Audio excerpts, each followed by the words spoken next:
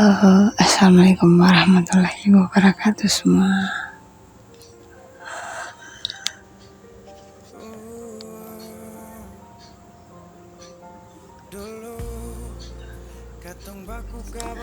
Semoga kalian selalu dalam keadaan sehat, selalu dalam keadaan bahagia, dan selalu dalam keadaan yang dilimpahkan rezekinya. Amin.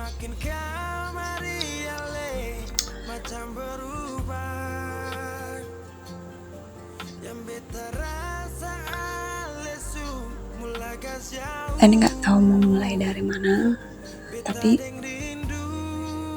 mungkin ini sesuatu hal penting buat N yang harus sama-sama kita perbaiki. Kenapa N jadi ini konten di YouTube-nya N? Karena siapa tahu dengan kalian mendengar ini ada sedikit kebaikan yang timbul dari ucapan N ini. Jadi terkadang kita bukan N aja atau bukan kalian aja, ini kita nggak tuh. Jadi kita sebagai seorang anak itu, entah itu dulu masa sekarang atau di masa depan, kita pasti pernah, tapi nggak tahu apa cuman N aja atau kalian juga, pasti kita pernah kayak menyesal terlahir dari keluarga ini, terlahir sebagai anak yang kok aku punya orang tua yang kayak gini loh, kenapa orang tuaku kayak nggak sebaik orang tuanya temanku, kenapa hidupku kayak lebih kayak sengsara, lebih pokoknya kita selalu kayak mengeluh sampai kita kayak, ya Allah, kenapa loh aku terlahir ke dunia ini kalau endingnya cuma seperti ini. Nah, mungkin ya, kalau aku dulu nggak sekolah, mungkin aku sampai sekarang itu berpikir kayak seperti orang bodoh. Orang bodohnya itu kayak aku selalu nyalahin, kenapa lo aku lahir di orang tua seperti ini, kenapa lo aku terlahir ke dunia ini. Aku selalu kayak menyesali kenapa aku terlahir ke dunia ini. Nah, karena aku dikasih pendidikan, aku sekolah, ya seperti inilah aku. Seiring berjalannya waktu dan seiring lingkunganku juga yang mulai, ya menurutku mulai membaik juga. Kenapa? Karena aku bertemu dengan orang-orang yang bisa membuka pola pikirku. Kayak kita lahir ke dunia ini itu ada tujuannya. Tujuannya itu sering kita baca dalam sholat kita.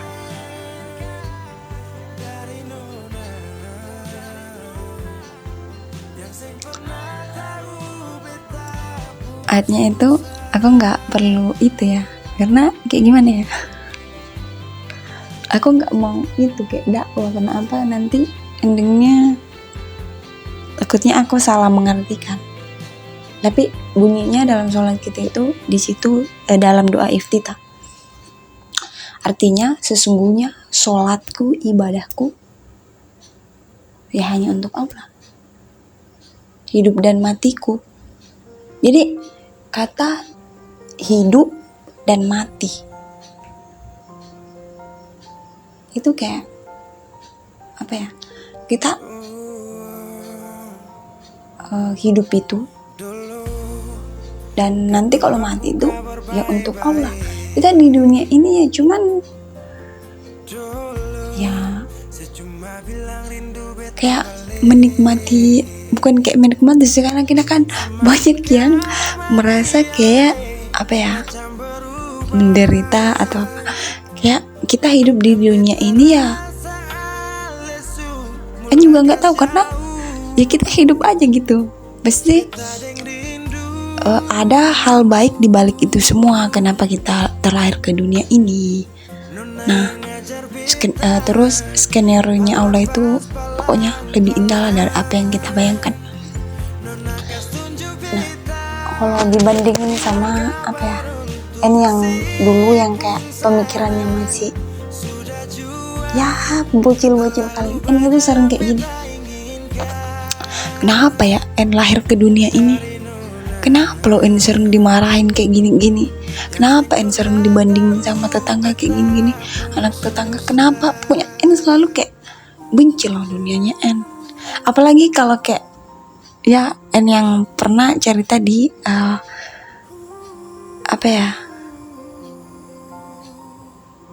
podcastnya kemarin-kemarin tentang bagaimana percintaannya bagaimana keluarganya bagaimana pendidikannya pernah jatuh di posisi itu semua, pernah ada di posisi itu semua, down, kayak gimana, sampai kayak siapa yang benci sama diri nggak benci sama lingkungannya tapi kayak nyalahin diri kayak kenapa lo aku lahir ke dunia ini dengan kayak gini kenapa kayak itu kayak gak punya arti gitu, kayak merasa kayak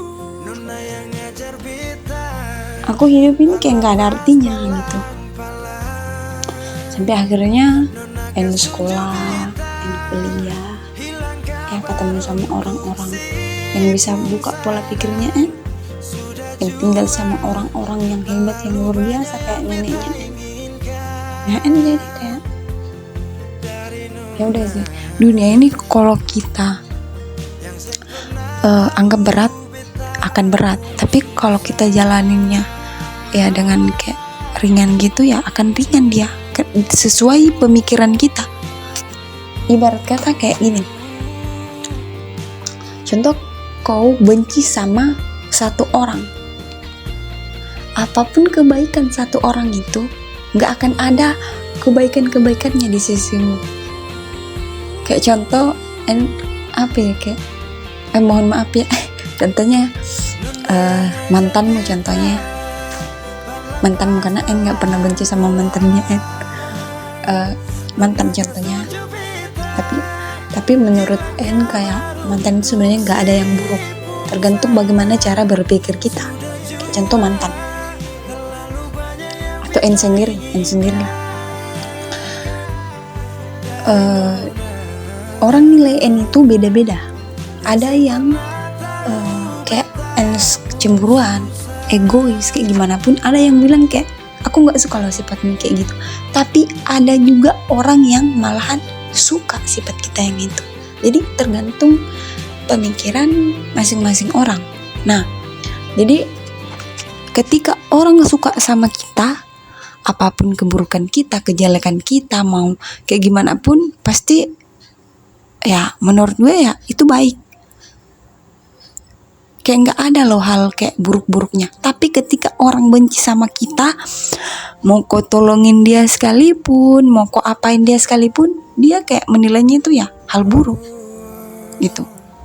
Jadi begitupun sebenarnya dengan dunia.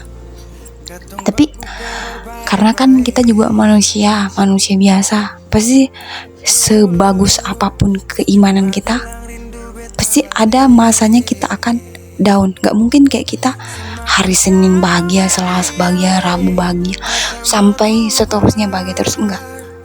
Ada kalanya kita kayak kita udah milikin ini semuanya, tapi kayak kok sepi ya, kok bosan ya, kok apa ya. Nah, dari hal-hal itu yang bikin kayak kita ya kayak apa ya, mungkin karena itu kayak rasa bosan atau apa itu, mungkin karena rasa syukur yang kurang kali ya. Pokoknya ada-ada aja itu sesuatu yang bikin kita kayak besoknya itu down. Harinya ini senang, besoknya down. Atau 2 hari ini senang, besoknya down banget gitu. Jadi ya seperti itulah putarannya dunia. Ada orang bilang katanya roda kehidupan itu berputar kayak gitu-gitu. Ada sedihnya, hari ini sedih, besoknya senang. Nah, jadi kembali lagi ke topik yang tadi, ini sudah terlalu lama ya, tentang orang tua. Banyak dari kita yang benci sama orang tuanya,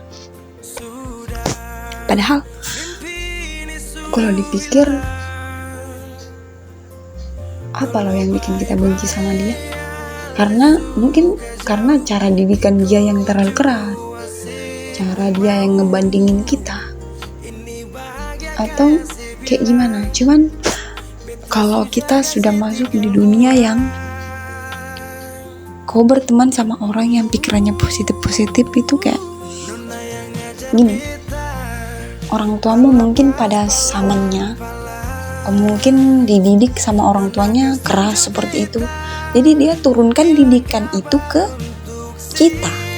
Nah, jadi tugas kita cukup memahami, mungkin seperti itu. Atau mungkin juga orang tua kita pada saat dia menikah, mereka belum siap. Nah, karena nggak ada kesiapan, jadi kita sebagai bahan percobaan mereka, didikan mereka kayak gitu. Contoh, si ini dikerasin. Nah, terus yang karena anak pertama ini dikerasin, oh ini anak pertama dikerasin, jago nih dia, bisa nurut, bisa pintar. Ketika anak kedua dikerasin lagi, kayak lah kok ini anak kedua melawan, kayak gini-gini. Jadi mungkin seperti itu. Jadi ketika orang tua mendidik kita seperti ini atau seperti itu, tugas kita belajarnya apa? Nanti generasi kita nggak boleh mendidik generasi kita seperti apa yang kita nggak suka. Didiklah mereka seperti apa yang mereka suka, tapi pasang batasan gitu, pasang batasannya. Jadi kalau kita kayak orang tuaku seperti ini seperti itu, ya kayaknya menurutku kalau didikan orang tuanya semacam kayak keras. Nah, tapi ini aku juga kasih batasan tentang orang tua. Kalau orang tuaku, aku yang ngalamin, aku yang ngerasain pribadi kayak gini. Ketika orang tuaku cuman mendidikku kayak keras, atau cuman membandingkanku sama anak tetangga, itu aku masih terima. Tapi ketika orang tua sama seperti kalian, banyak dari kalian itu kayak orang tuanya cerai atau menikah lagi, itu kalau aku pribadi itu aku nggak terima. Kenapa? Kalau memang mentalmu nggak siap menikah, kenapa harus menikah? Makanya sekarang itu banyak sekali orang yang bertanya kayak kenapa belum menikah? Karena apa? Karena mungkin di pola pikir mereka bahwa pernikahan itu ya semudah itu, tapi mereka tidak menyadari bahwasanya menikah itu terlalu banyak dampak-dampak yang bisa merusak generasi di bawah kita. Kalau kita belum siap menikah, terus kita menikah, bagaimana generasi kita nanti? Kita menikah tanpa modal. Nah, nanti kalau generasi kita lahir, ekonomi hancur, cerai, siapa yang korban? Generasi kita di bawah, generasi di bawah kita. Nah, terulanglah kembali. Itu aja siklus-siklusnya. Cerai, menikah. Terlahirlah anak yang broken home. Anak yang tidak memiliki kasih sayang. Karena apa? Karena emang saat menikah, sebelum menikah itu dan setelah menikahnya dia belum siap untuk menikah. Jadi sebenarnya kalau orang bertanya kapan menikah, itu sebenarnya pertanyaan yang kayak ya, kalau aku sendiri itu kayak kalau ditanya kapan menikah itu aku sulit mengeluarkan kok kayak nggak tahu sih, kayak gini banyak orang yang di luar sana yang kayak gini. Tapi bahkan kita sendiri pun yang ditanya kapan menikah itu kita juga aku loh ini yang hasil kayak selama aku hidup itu aku juga ngerasain loh kayak gini, yang broken home kayak gitu. Terus orang lain nanya kapan menikah, nah aku aja yang ngerasain broken home ini Terus bagaimana generasiku di bawah nanti? Mentalku aja nggak aman, belum aman. Terus aku ditanya kapan nikah? Nah belum tentu juga kayak kita nikah itu kita benar-benar dapat pasangan yang kayak bisa memahami kita. Contoh kayak aku suka marah-marah, terus nanti dapatnya yang sabar, kan nggak mungkin. Siapa tahu nanti dapatnya yang ya sama-sama ya. Aku nggak mau kayak maksudnya sama-sama yang sifatku, enggak, karena kalau nanti sama-sama yang sifatku, tapi tergantung lagi kalau memang jodohnya yang sama-sama sifat kita, terima aja ya kan. Itu jadi di sini aku cuma mau sampein kayak apa ya, kita boleh benci sama orang tua kita, tapi kita kembali lagi kayak berpikir, orang tuaku mungkin kemarin hidupnya kayak gini, mungkin di era dia yang kayak apa ya sekarang, kita juga nggak tahu tentang apa yang ada di kepala orang tua kita. Kita sebagai anak kadang kayak memaksa orang tua untuk memahami kita, sedangkan kita tidak pernah sedikit pun untuk belajar memahami mereka. Tapi kalau ditanya wajar nggak sih benci sama orang tua, jawabannya nggak wajar. Karena bagaimanapun ya namanya benci itu nggak baik. Cuman ya kalau aku pribadi cari jalan yang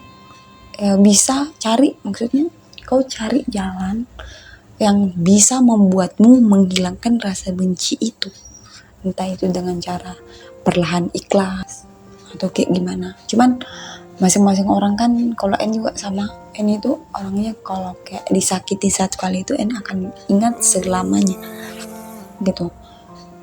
Tapi kalau kayak mau benci itu kan apa ya, benci itu nggak tahu, benci itu sama dendam.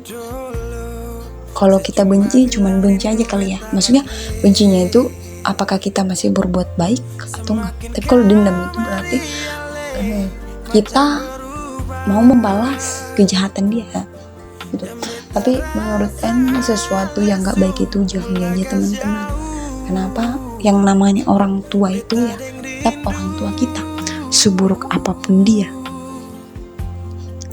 Jadi kalau teman-teman kayak aku benci sama orang tua aku gini, kita boleh sedih, kita boleh marah sama dunia ini. Tapi kalau untuk benci sama orang tua kita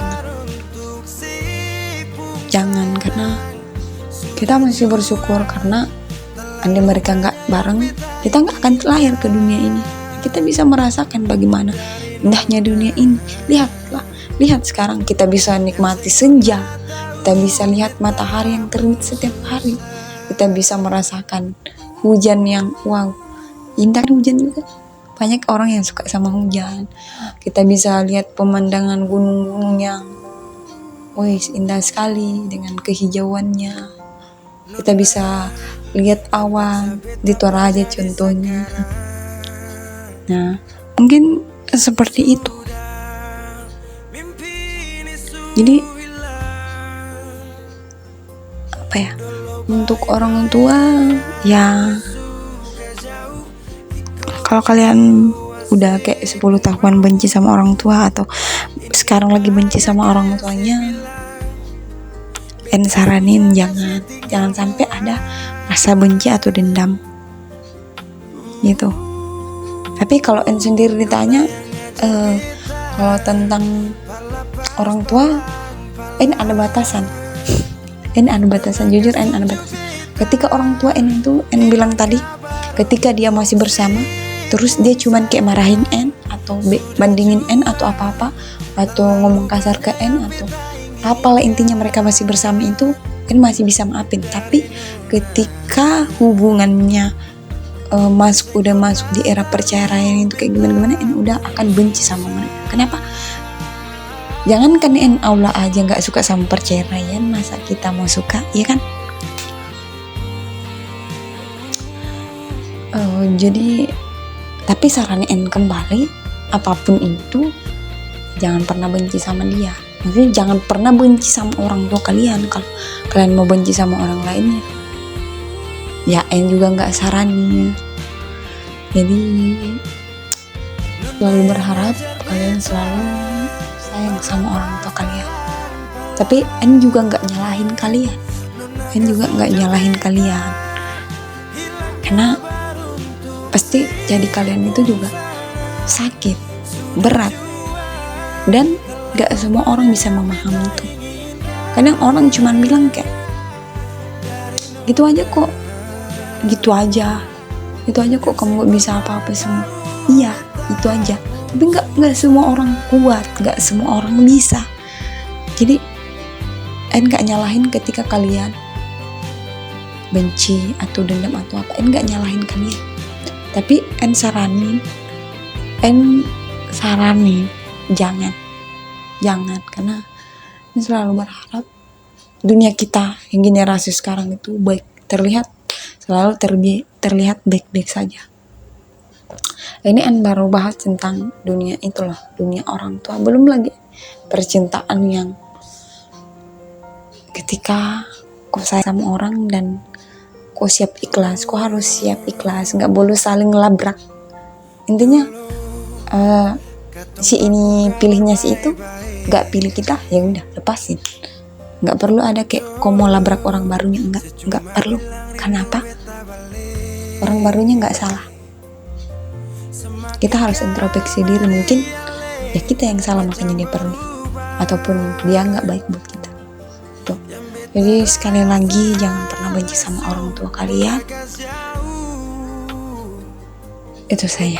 Wassalamualaikum warahmatullahi wabarakatuh.